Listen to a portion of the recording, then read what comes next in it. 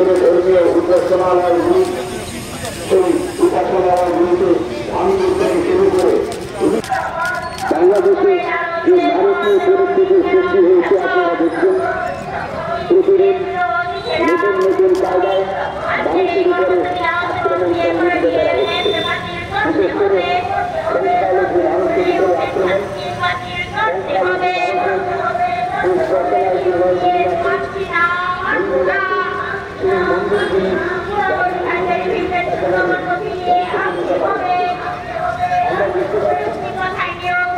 মানুষের উপরে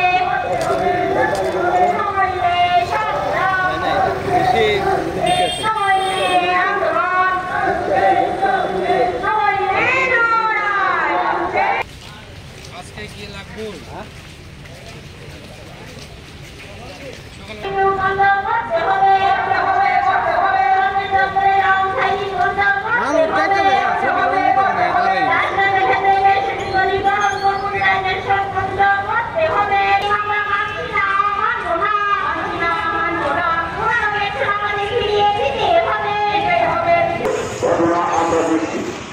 বাংলাদেশের এই সমস্ত যে বিষয় সেই বিষয় থেকে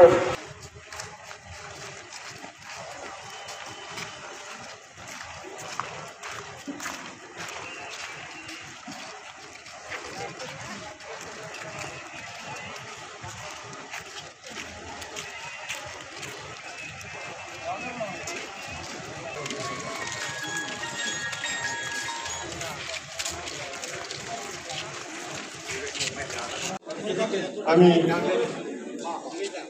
কাটাধারা করেছি, কিন্তু এরকম নৈরাজ্য কোনো দেশে হয়েছে বলে আমার জানা নেই।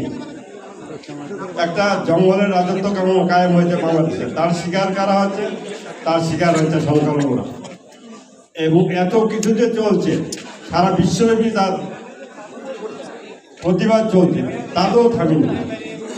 কালকেও একটি ঘটনা ঘটেছে, যেখানে শিক্ষিকারা তাকে স্কুলে ঢুকতে দেয়নি, সে খাতা সিগনেচার করতে গেলে তার কাপড় চোপড় খুলে তাকে টেনে এসে বের করে দেয়। এরকম অজস্র ঘটনা প্রতিদিন বাংলাদেশে ঘটছে। এই যদি বিপ্লবের চেহারা হয়, এই পৃথিবীতে আর কোনোদিন বিপ্লব আসবে না।